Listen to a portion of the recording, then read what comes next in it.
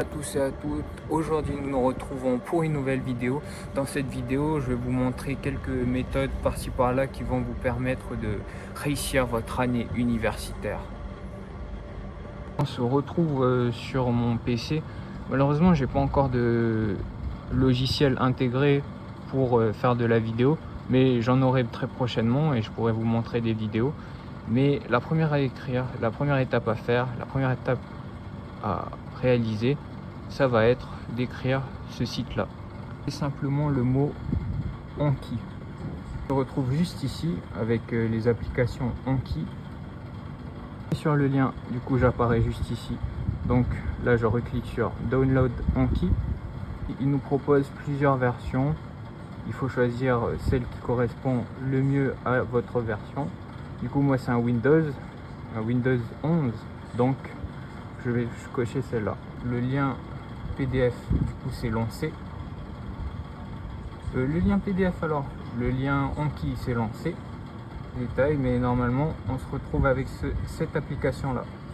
On se retrouve sur cette interface et comme vous pouvez le voir, il n'y a rien.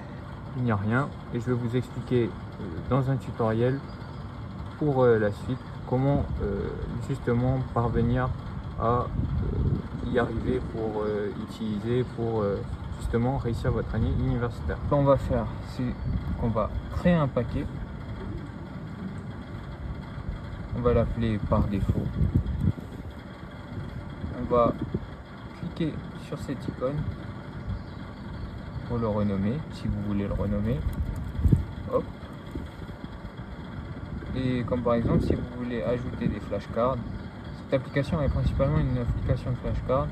Vous faites comme ça, ajouter. Donc, tout d'abord, il faut sélectionner. Quand vous sélectionnez, ça va vous mettre ici. Félicitations, vous avez terminé. Là, vous avez sélectionné. Vous faites paquet et vous faites ajouter. Et là, vous avez cette interface qui se lance avec la réponse, la question, la réponse et la question. Enfin, ici ça dépend parce que justement, je vais vous l'expliquer en facecam. Au final, Anki, qu'est-ce que c'est? C'est la répétition espacée. La répétition espacée qui va permettre d'utiliser la mémoire à long terme. Et la mémoire à long terme qui va me permettre d'ancrer des informations directement du passé. Comme par exemple ce que vous avez il y a 3 ans, eh bien vous le ressortirez dans le présent si vous avez utilisé la méthode de la répétition espacée. Et